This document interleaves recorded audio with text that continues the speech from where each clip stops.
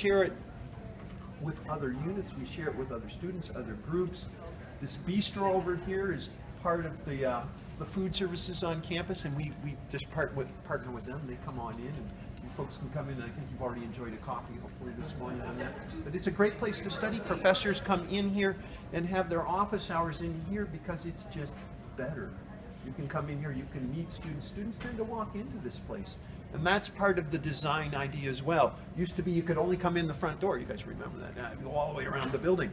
Now, you can come in that side. You can come through the building, and one of the nice things is if you make that a bit of the habit of coming through, you see what's going on. Today we've got a huge group of folks doing what we call Sage University, where they're bringing community members in there. We can kind of wander that way a little bit, and I'll show you what I mean here. We invite groups that want to conduct classes, almost like your impromptu class back here.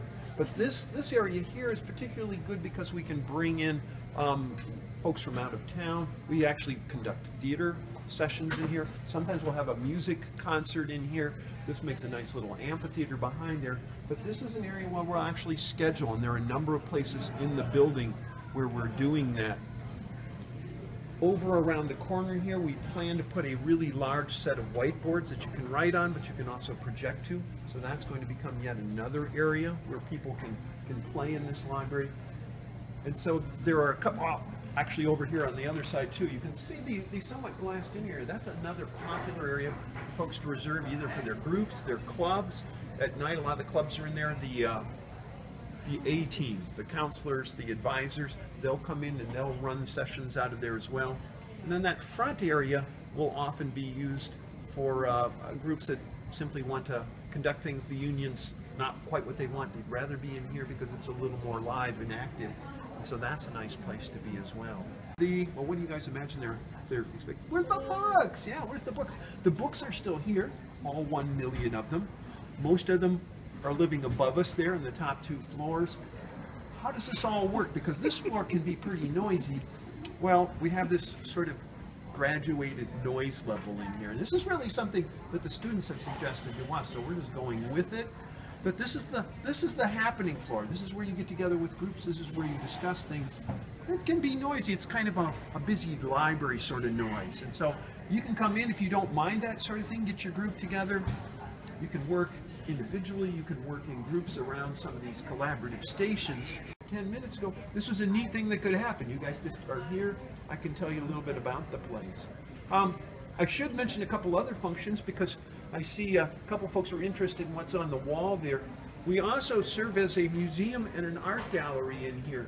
That happens to be some student works. I can't remember whether this is a student that's in the library or just somebody from the art department. There'll be another student's art, sometimes a professor, and sometimes someone from the community may put art up there as well.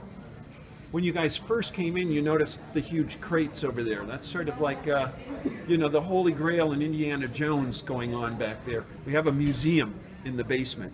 The UNI Museum lives in this library in part. It also lives in other areas, but this is headquarters. And sometimes we get shipments of I don't know what. Somebody needs to get a crowbar, open it up, and we'll see what's inside. I think the guys in the museum know, but if we got a bunch of you guys in here. If I had a little more prep time, I could get the whole thing up and running, but this is something some of you guys may want to come back and play with from time to time.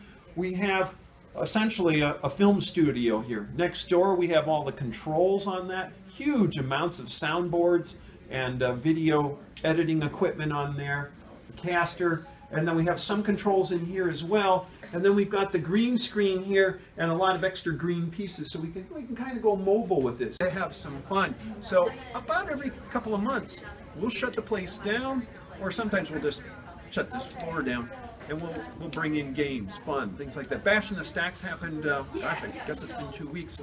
We did it, I want to say it was a Friday evening, but whatever evening it was, we essentially just filled this place with all kinds of wild and crazy contests, food. The craziest thing that I was aware of, because I had to run it, was something called Human Hungry Hippos. We took 4 of these pillars, put bungee cords on there, you got in the harness, we put lots of large plastic balls in the middle, and like the hungry hippos, when you're the hungry hippo, you run out and you try and grab the balls and come back. And so there were games like that all around, You could win points, you could go in and cash them in on all kinds of prizes we had there. So it was a chance just to have fun for about 3 or 4 hours. We'll also have a bigger event in the spring called the Comic-Con Festival. I don't know if any of you caught that in the last year or two, but this is great. We bring in comic artists and writers from all around the country, even some from around the world. And they will just set up camp on a Saturday, and I want to say it's sometime in March. Check our website because you can catch that. And we'll just basically turn this into a huge comic festival. People will show up dressed as superheroes. It's pretty crazy, but you can come dressed as yourself, actually, and you can just look at other folks doing that. But that's another angle that the library tries to get into. Every now and then we just want to celebrate the creative angle.